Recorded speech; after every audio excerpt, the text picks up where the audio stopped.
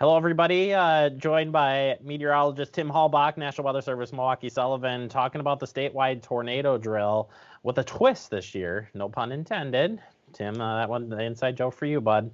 The statewide tornado drill, generally speaking, we've the last couple of years have had one during the day and then one at night, which I think has been just the most incredible thing to do, given the time frame of our peak time for tornadoes. But this year, given the COVID-19 stuff, just wrapping your head around even severe weather awareness has been tough. But we're switching it up this year.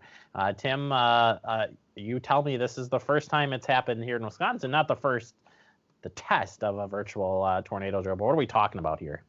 Yeah, so unfortunately, with the way things are right now, our office is doing the most it can to limit the amount of people going in and out of the office to make sure that we can continue to do our forecasts and warnings and all the essential things that we do.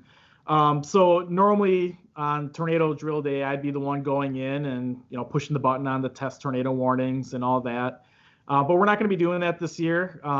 We've been basically told we can't. So we're going to be doing this virtually. Still a great time to be able to practice your plans for what you would do during a tornado warning. So we're still going to aim for 1:45 during the afternoon, since most people are going to be at home or can talk about their drills if they're doing the online schooling as it is. We're working with a lot of the school district administrators to say, like, hey, could you give a little plug to have the teachers take a 15-minute break and just talk about this and what you would do with your family still. So you won't be getting the test tornado warning through our normal means, which would be through weather radio and the emergency alert system, which goes off on TV and radios. The cell phones normally don't go off just because we normally don't. This is not a true tornado warning that we send out. It's a test tornado warning. And a lot of the municipalities are choosing to not sound their sirens either. It's been left open to them if they would like to, but most are choosing to not sound the sirens. And from what I understand, Dane County will not be sounding the sirens. Yeah, and it makes sense. I mean, it's kind of hard to. We've got a crisis going on right now and across the U.S., as you know, so it can be tough. What are some of the things during the tornado drill that you'd like to see people practice or talk about, Tim? Yeah, I think just the main thing is to identify at your home or wherever you're at that time, what's your shelter? If there's a tornado warning that were to be issued at that time, where would you go?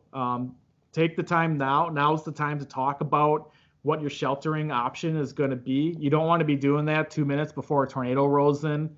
So look at your house. Look at places that, if you have a basement, that's an ideal spot to go to. If you don't have a basement, look for a spot that is away from windows and puts as many walls between you and the outside as possible. So every house or business or wherever you might be at that moment, it's going to be a little bit different. But take the time to talk about that and make sure your whole family or anybody that's living with you knows where to go if there is a tornado warning. Tim, do you have resources on the website to help teach young kids about severe weather and talking about the shelters and stuff that parents can share with their kids? We have some resources. A lot of them tend to be directed more so at parents in terms of they're the ones that are monitoring for their kids and know when to wake them up if it's in the middle of the night and where to choose to go in their houses. So we tend to focus more on that with the parents. We are going to be recording some stuff for some of the school kids in terms of what the Weather Service does in general for monitoring weather, what kind of weather is important to us, what do we consider severe around here. But in terms of the sheltering, we tend to focus more for the parents and the adults that are in charge of that decision making. And then, Tim, finally, will we actually do a tornado drill then down the road, or is this just going to be it? This would be it. So we've chosen, normally we would go with either this Thursday, or if we were going to have severe weather, we'd move it back a day, kind of like what we did last year, because we had an outside shot at some severe weather. So this will just be it for this year. Next year, when things come back to normal, hopefully, we'll go back to doing all the bells and whistles that normally come out with it on the tornado drill day.